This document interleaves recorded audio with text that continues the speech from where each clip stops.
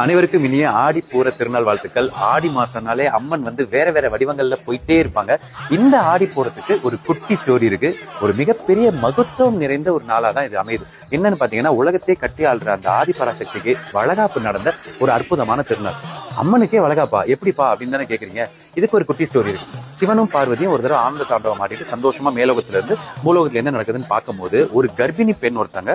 அவங்க வந்து கடுமையான ஒரு ஆதிபராசக்தியோட ஒரு பக்தை.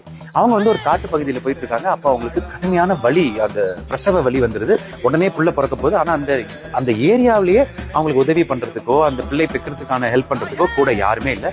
அப்போ அவங்க கண்மூடி, தெய்வமே இந்த பிரசவத்தை நீ தான் பார்க்கணும்னு அம்மன் கிட்ட முழுமையா வேண்டும் போது, அந்த ஆதிபராசக்தியே ஒரு மருத்துவச்சி ரூபத்துல வந்து அவங்களோட அந்த பிரசவத்தை நல்லபடியா பார்த்ததாகவும், அந்த குழந்தை வெளியில வந்த போது அந்த வளையல் சத்தத்தை கேட்டோன்னே அந்த குழந்தை வந்து ரொம்ப சந்தோஷப்பட்டதாகவும் ஒரு ஐதீகம் இருக்கு. அதனாலதான் இன்றைய பொழுதுல கர்ப்பமா இருக்கிற பெண்கள் கோயிலுக்கு போய் அம்மனுக்கு வந்து வளையல் கொடுத்து அவங்க வந்து தன்னோட குழந்தைய வந்து நல்லபடியா சுகப்பிரசவம் ஆகணும் அப்படின்னு வேண்டிக்கிட்டா, குழந்தை எந்தவித குறையும் இல்லாம சிறப்பா சுகப்பிரசவத்துல பிறக்கும் அப்படிங்கிறது ஒரு ஐதீகம். இன்னொரு இது பாத்தீங்கன்னா, ரொம்ப நாளா குழந்தையோட பாக்கியம் இல்லாமல், ஏன்னா குழந்தை செல்வத்தோட வாழ்க்கையில என்ன பெரிய செல்வம் இருக்க போது சொல்லுங்க.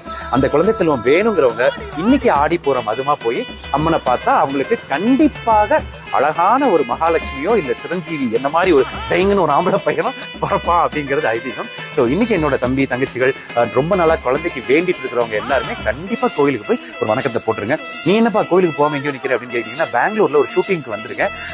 சோ காலையில் நான் போன கோயில்ல வந்து போன் வந்து நாட் அலோட்னு சொல்லிட்டாங்க. திருப்பி சாயந்தரம் ஒரு கோயிலுக்கு போறேன். அங்கிருந்து உங்களுக்கு வீடியோ போடுறேன். இப்ப மனசுல தோணுன இந்த விஷயத்த சொல்லிட்டேன். அனைவரும் ஆடிப்பூர திருநாளை சிறப்பாக கொண்டாடுவோம்.